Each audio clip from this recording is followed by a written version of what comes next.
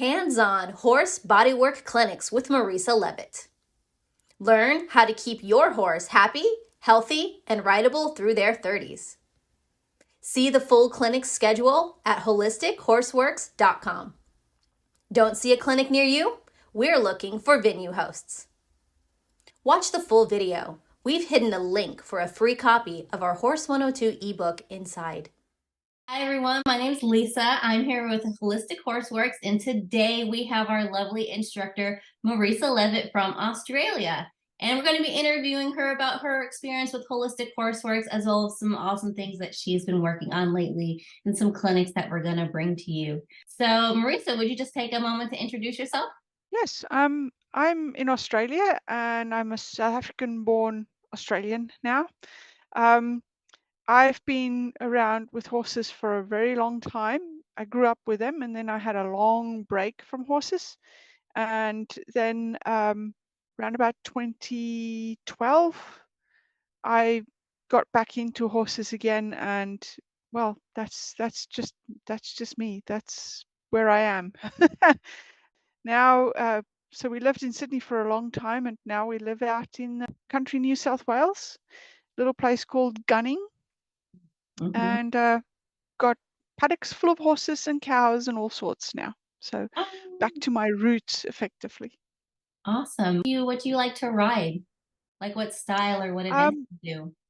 so I grew up doing endurance riding, and I still do endurance riding. Having said that, for this last year, I haven't really done much riding, but we were sort of hunting for the big ride, 160 kilometers the year before last, and ended up with an injury. So this last year we've had a break, but we're going to get back into it and start building up again for this next season.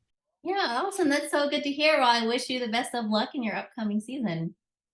Thank So you. I guess to get started, would you share your story about how you found out about April and about Holistic Horseworks? And specifically, what I'd like to know about is start with what made you want to start looking for answers for your horse, and what was driving you to like find out more information that led you down this path?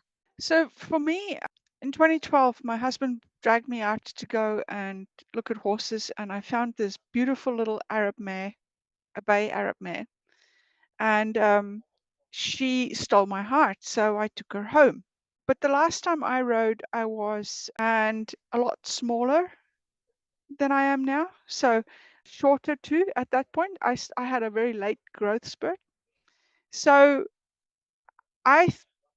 was sort of stupidly thought that this little mare will still grow a little bit and we would be able to work together and do the rides together.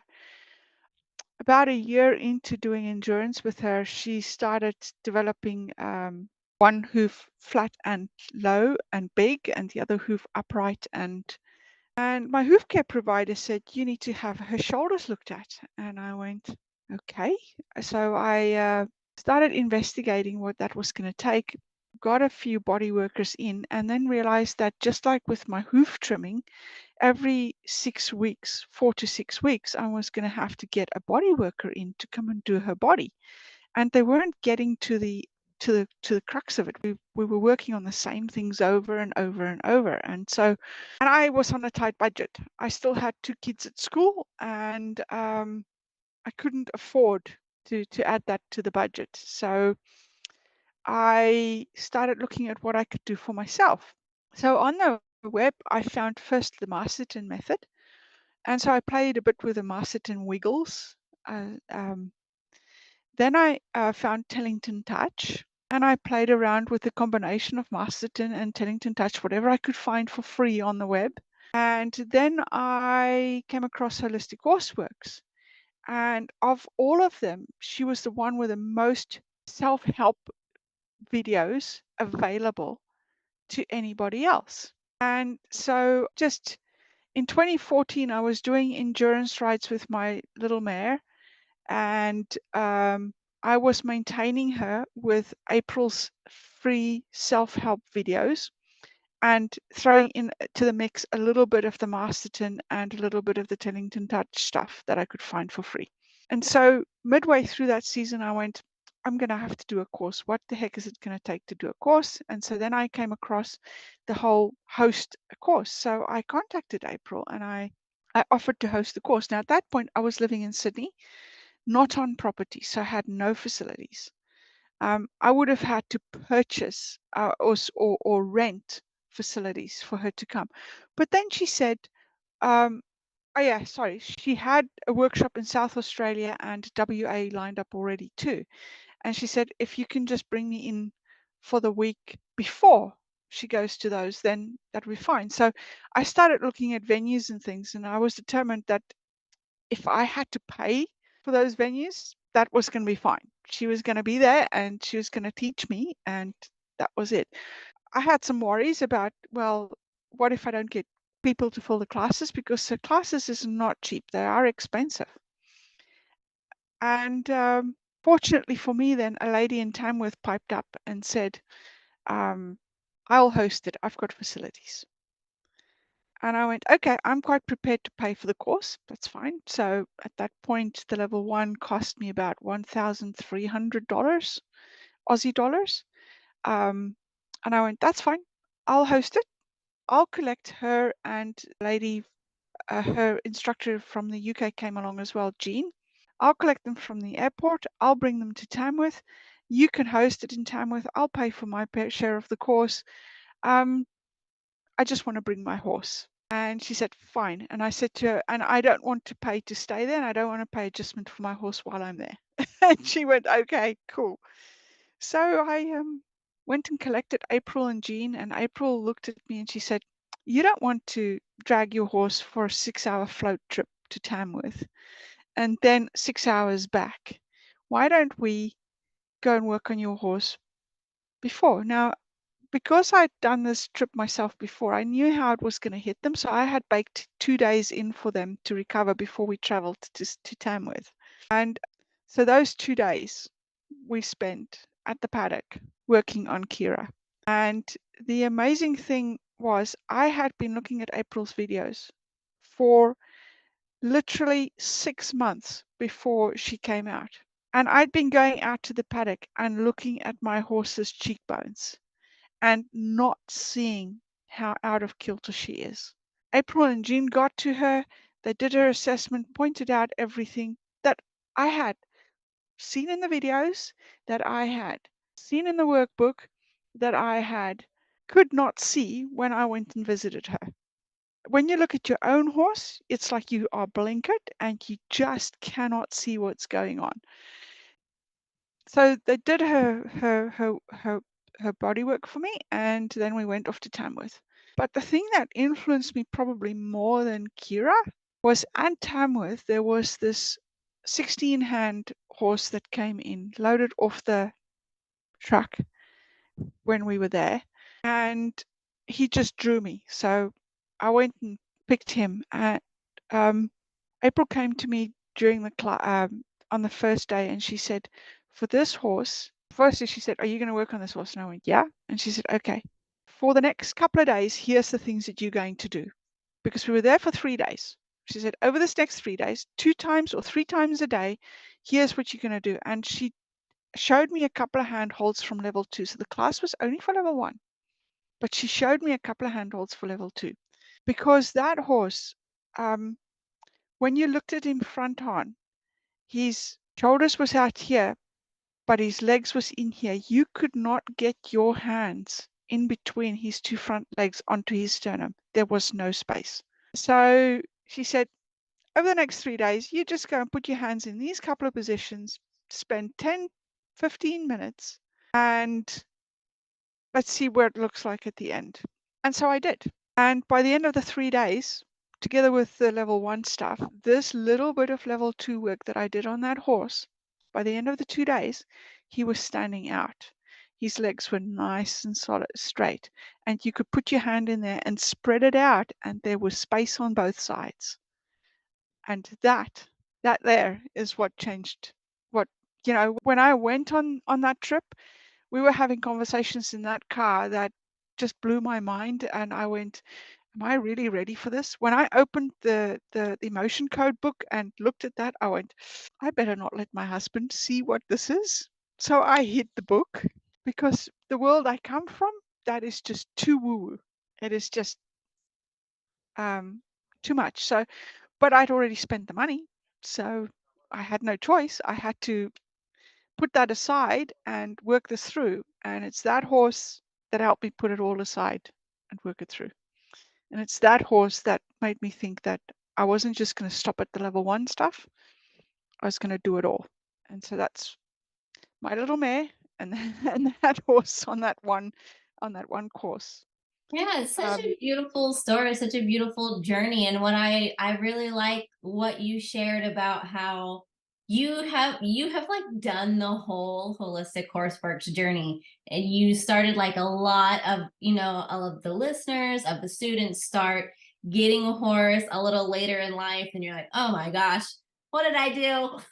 And so you just went from having your own horse to taking the class, watching all the videos, to taking the online class, to going to the clinics, to becoming an instructor, and really had, like, I can hear it was almost like, to use a woo term, it was like an awakening journey almost. And I think too that a lot of it people, was completely an awakening journey. It yeah, was completely because if you told me a couple of years before that I would go and do a human cranial sacral course and that I would get completely into this energy thing, I would have laughed at you and said, no way. I am an IT professional and switching over to completely um, energetic work. So I am a fully into the cranial sacral stuff, fully into the April and musculoskeletal unwinding and the holistic horseworks. But I've also now gone and done the Reiki and I'm right. Reiki courses, and I'm now a Reiki master teacher in all Reiki master levels. So Congratulations. it's just taken me on a completely unexpected from a world of technology where everything is black and white to a world of energy where nothing is what it seems. I think And so yes. a lot of people I've heard kind of share your reservations, but horses, they are such sensitive, energetic creatures, and I think we too are as people, obviously, but because of society or the way we are, we tend to push it away a little bit. But I do think it's a little bit, and that's where the holistic part of holistic horseworks comes in too, right? It's not just about healing the horse; it's about healing yourself, No, a relationship you share, co-healing each other. that's right. But you're not just healing yourself and that horse, you actually end up healing your entire, yeah, everybody around you, Mhm. uh, whether they know it or not. So in my household, my sons did not believe in this, but now they both do. You know, I would. We've got in the Holistic Horseworks, we've got the hoof spray, right? And Right. it's a brilliant cold remedy as well, cold and flu remedy. And the first time they got flus and colds, I would go and give them this mixture and go, "You take that," and they go, "Ugh, mom." After about a year, even after they left home, they'd come back and go, "Mom, I need one of those. I need some of that." And my youngest boy, he's actually done level 1 and 2 of the holistic horsework stuff now too. He's just so natural at it. Oh, So yes, we've gone from an household where energy I had to practice. I had to beg them to get on my massage table to now my son in the UK would go, "Mum, I have a sore back. You think you can work on it?" And I do it remotely because mhm. you don't have to touch. That's so beautiful. It's just, yeah. He would go, "Mom, I need some help," and we would organize a time, and then he would go, "Mom, are you pulling my leg?" Because he can feel things shifts, and I'm going, "Yeah, okay, I'm working on your hips, so it's possible that it feels like it's your it's your legs, but yeah, we can do it remotely." So it And sounds that's the like beauty of it. you were natural at it, or how was that experience? I You wouldn't created it? actually probably quite important for people to realize that no, I was not a natural to start off with. Okay. And I tell this to my students too. And it's very important. That's why I sat down and revised all April's books and wrote them the way they are. So yes, the content is hers, but the way they're written was specifically to help people like me who are not natural to the energy stuff and not intuitive to help them to become intuitive, because not everybody is when you start. Mm-hmm. And I wasn't. I stood there with that horse for that 7 minutes with my hands in positions, and I just concentrated on the horse, concentrated on what I felt beneath my hands. And all I could feel was the hair and maybe warmth and maybe cold, right? Nothing more. But I made sure I didn't start thinking of my grocery list or of other tasks I had. I made sure that my attention stayed with my hands. And so when I talk to my students, I help them across that hurdle, because a lot of them think that I should be feeling X, Y, and Z. And the first thing I tell them is no, there's no should. It's different for every single person. It is, you feel what you feel. And what we have to do during this course is work out what it is you feel. And I can help you with that. And then once you know what it is you feel when you feel X, Y, and Z happening in the horse, then you know when you walk away from here what it feels like and how to continue. And from there, you will grow. And as you open yourself up more and more to it, you'll become more and more intuitive. So in the beginning, yes, we have to use the yes no's, the pendulum, to get the Mm-hmm. answers. Mm-hmm. But as you become more intuitive, you just know and you learn to trust that. But as a newbie, as a student, you don't. And you don't know that you can trust it. And so for my students, I make sure that when I haven't actually had a single student, well, actually, I've had a couple in the early days who just did level 1 or just did level 2. My students tend to sign up for all 3 classes, and I give them a really good discount when they do. Mm-hmm. But they walk away from that, it's roughly 11 days. They walk away from that 11 days knowing exactly how it should feel, how it feels for them, so Mm-hmm. that they can carry it on.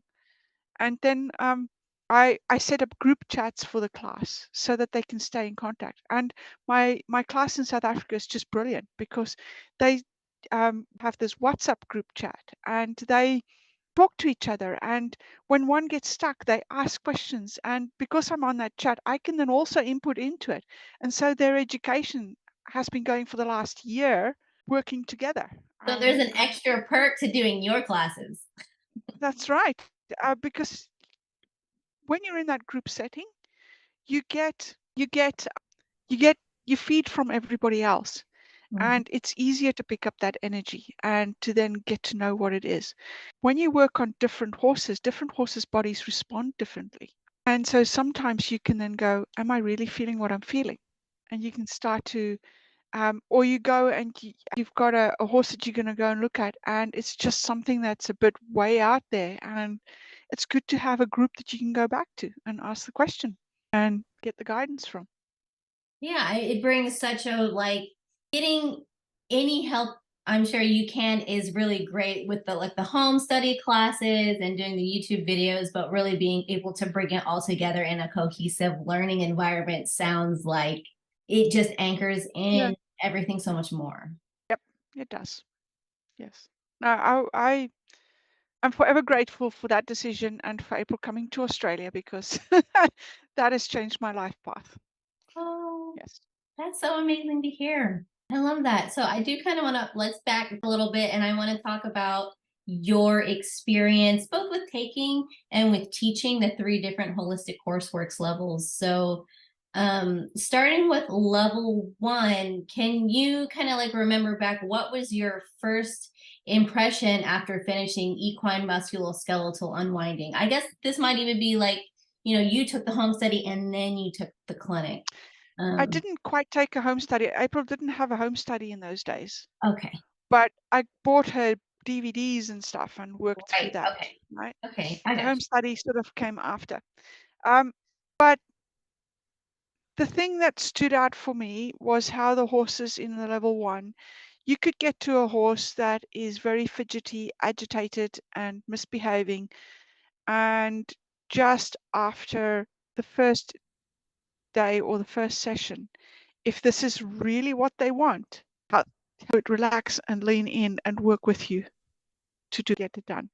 And the changes you see, horses with really dipped backs by the end of the day would be up and with a nice straight back, or would be standing nice and square the next day when you look at them. It's those physical changes that in the beginning, I have to be quite honest, I actually didn't really see some of it either, right?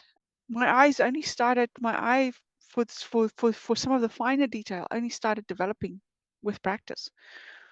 But and then on the level 2, it's just how soft it is and how gentle it is. And you just have to be present and have your hands. And there is no right or wrong. You know, there's hand positions that we suggest, but the horse may need you to be somewhere else. And you can put your hands anywhere. With the cranial sacral, it's just that whole melting into it and going with the flow and getting into the flow. The thing that was amazing for me actually for the level 2 was I couldn't really feel the cranial sacral wave when I started. And there is one exercise where you've got your hands on the barrel of the horse, release the diaphragm. And there was a lady on the other side doing it. You pair up and you do it together. And she could feel when I put my hands on that I was blocking the energy at the midway of the horse. And so that actually helped me to learn how to bring my shutters down and open up. But the changes in the horses after the cranial sacral is just, it's amazing. And the oils treatments that we do in the level 2, it's the whole package. And also just learning about, it's not just all 3 levels. You learn that it's the 3 legs, right? It's the physical, it's the horse's physical skeleton that matters and needs to be aligned, but then you need to have the soft tissue aligned and softened so that everything can stay where it needs to, and how the body would want to heal itself. That was also a revelation for me through this whole holistic horseworks, because you don't think of the body as capable of healing itself. And I think if more people realize that their bodies could heal themselves, then the world would be a much different place. Yeah, well, For me, your body heals a wound without you telling it to. yeah, for me, I had lower back pain since I was 16, 17 years old. Well, actually before then. And I could go down and touch my toes, but I couldn't stand up afterwards. After the holistic horseworks, after the finishing all 3 levels, and so yes, it was a slow journey for me. I had to sort of do it over. We did it over 2 years, but after going through that, my physical problems is gone. I don't have it. And when I met April, I was really hammered with allergies. I could just look at something and it was with April that we worked out that it wasn't environmental, that it was things I was ingesting. And with that, and I used to be massively affected by hay fever, and I could eat the wrong things and my face would blow up. And I don't get hay fever anymore, because you learn that you have to look at the physical, the emotional, and the chemical body. And the chemical body is very important. Acidic muscles is not necessarily just because there's skeletal misalignments. You can fix the skeletal misalignments, you can do the deep tissue releases, but the muscles can stay acidic if you do not do the detoxes, if you do not get the chemical body balanced. So those are the things that stood out for me. In the beginning I thought, oh, do I really have to go and spend money on that detox product? Well, yes, now I've been through it, I know you have to really spend your money on that detox product, because without it, the horse isn't going to fully recover. You've got to look at the whole picture. Right. So we've talked a little bit about level 1. It sounds like level 2 was a really big game changer for you. But can you tell me a little bit about level 3 equine cranial decompression, and what was your aha moment with that level, and what changes have you noticed with the horses who have done all 3 levels? So the first aha moment for me on the cranial stuff was when April and Jean worked on my little mare before we went to that Tamworth clinic, right? At that stage, I didn't understand all the levels, and I didn't realize that the level 1 didn't include that. But her cheekbones went from basically that far off misaligned to completely level. That is after I've learned how to see it. And when I then learned, go and did the class, it's amazing to think about that those cranial bones can, the cranial bones is held together with sutures, almost like a woodworker joinery. Mm-hmm. When they join different pieces of wood, they do it with that sort of joint. And the cranial bones are connected that same way. And what is really interesting for me is that this thickness of this paper is all the movement you need. And it's all the movement that is necessary to shift it. And if anybody told me before I met April that you can actually physically shift cheekbones, I would have said not possible. But I've seen it. And believe you me, the first time I had my hand on a horse's head and felt that movement under there, the first time I was aware enough to actually feel that, I went, shit, what the hell's happening? And I found myself a whole meter away from that horse's head. That's how shocked I was. And I went, what did I just do? But afterwards, once you've got that head decompressed and you've got that back end completely unwound, then the horse can start to function properly. And the chemicals, the whole way of how he absorbs his nutrients changes and can then become into balance and work brilliantly. And when everything is working correct, then no disease can come in. If you look after them, then it becomes easy. It's not easy. The changes you see in a horse over one 11-day period when you do all of those things together, you can see the changes, but it doesn't stop there. You can't stop there. You've got to go and touch up, give that body a chance to actually settle into that new frame, that they can then have proper form and function. So yeah, it was a big eye opener for me. All of it basically. So something I'd like to touch on, because I think maybe a lot of people could find this relatable, is you mentioned how when you first started, you didn't really understand the difference between all three levels and how you needed all three to like work together. So if I didn't know anything about this and I was completely new student, how would you describe each of the three levels to someone completely new? So I would describe them the following way. So you would do the quine musculoskeletal unwinding, and that's where you work on the physical bones.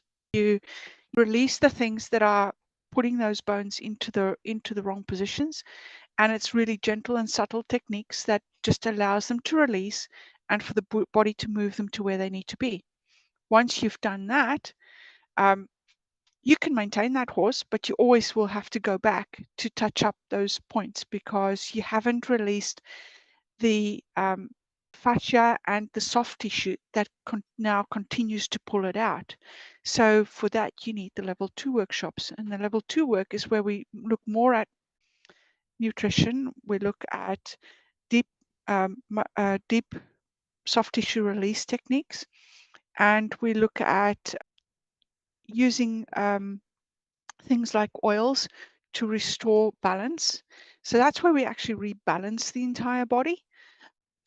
Then if you have done that, again, you can maintain that horse, but there's still something missing. And there was 2 students that did the courses with April here in Australia and myself, and they did level 1 and 2. They didn't do level 3. And then years later, they both came back and did level 3 with me.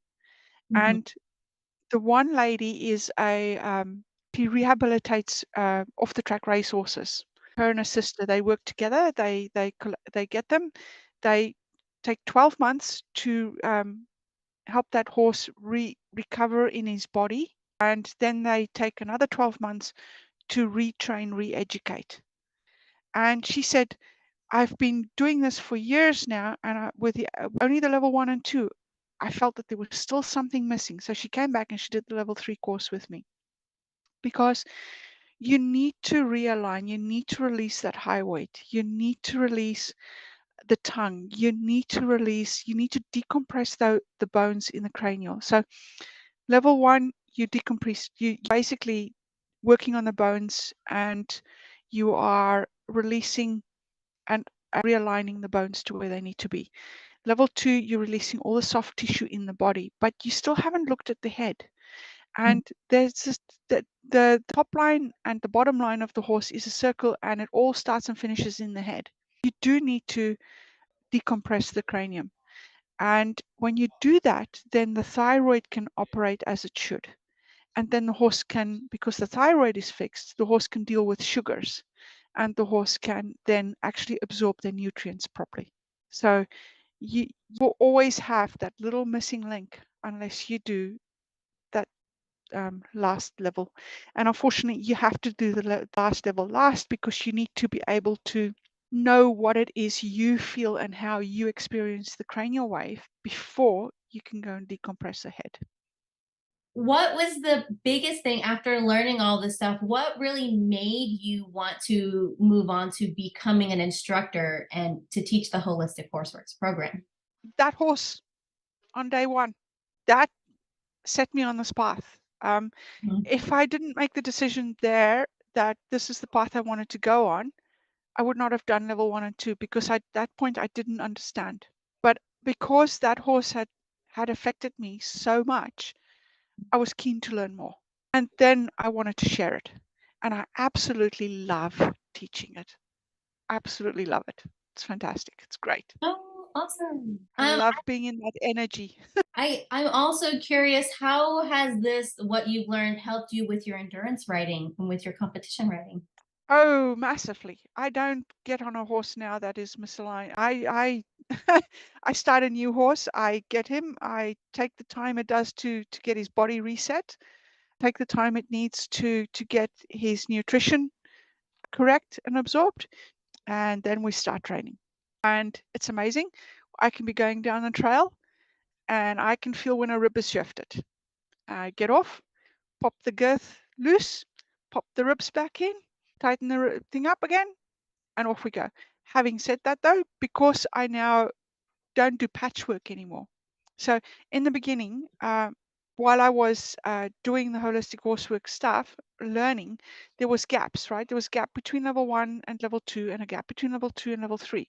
So my horse at the time that I was riding didn't have all of that done. So I had to, during a ride, I would feel that a rib went or a hip's gone, right? And I would stop and I would quickly adjust it. And it's amazing how quickly you can do it once your horse is used to it and everything is nice and supple and soft.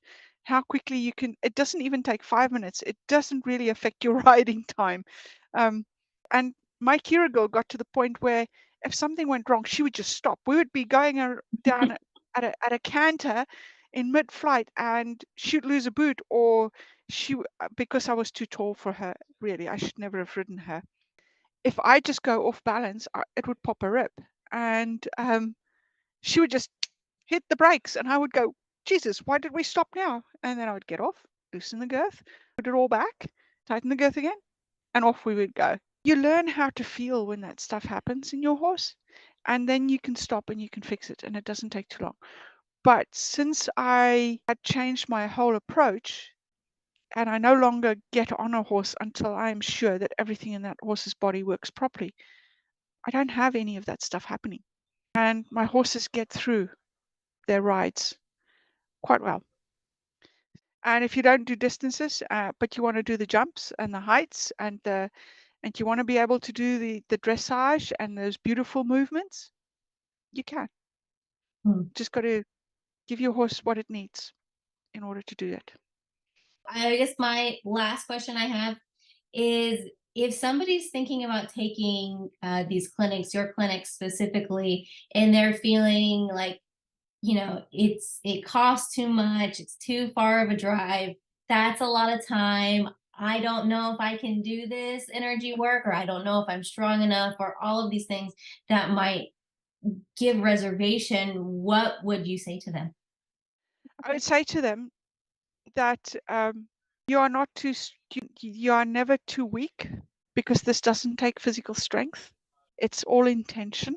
Don't have to worry about how intuitive you are. You will become intuitive, and we will give you the tools that you can trust so that you can move forwards and get things done. So as I said earlier, you leave my class knowing exactly what you should feel, how you experience it. And because you're working on different horses, you will also know how different horses respond and react.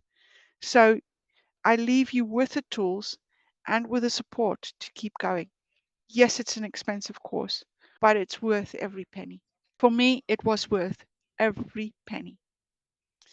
I wouldn't want it any other way right now. I wouldn't want my life. If you want to change your life, you do this course, because it isn't just going to teach you how a couple of tools. It is going to change your life, and it is going to change the outlook, your outlook in life. I had one student who couldn't make it to a level 2 class. She was feeling really ill. And I said to her, just push through that and come to class. Because in the level 2 class, every student gets an opportunity on the table.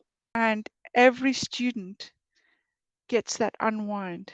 And you would be amazed at how that recovers your body when you have 6 people unwinding you in one hit. Something that your craniosacral practitioner would take 6 weeks to deliver for you, you get in that one session. And it is just, it's amazing. Physically, mentally, and emotionally, you walk away stronger. But if anybody who's listening to this would like to learn and has the ability to host a course, they should just get in contact. I don't have a big schedule of courses up. I basically set them up when a host somebody contacts me and says, I would like to host. That's when I organize, and then we just work out on a time and a date that suits, and we set it up. Great. How can they get in touch with you?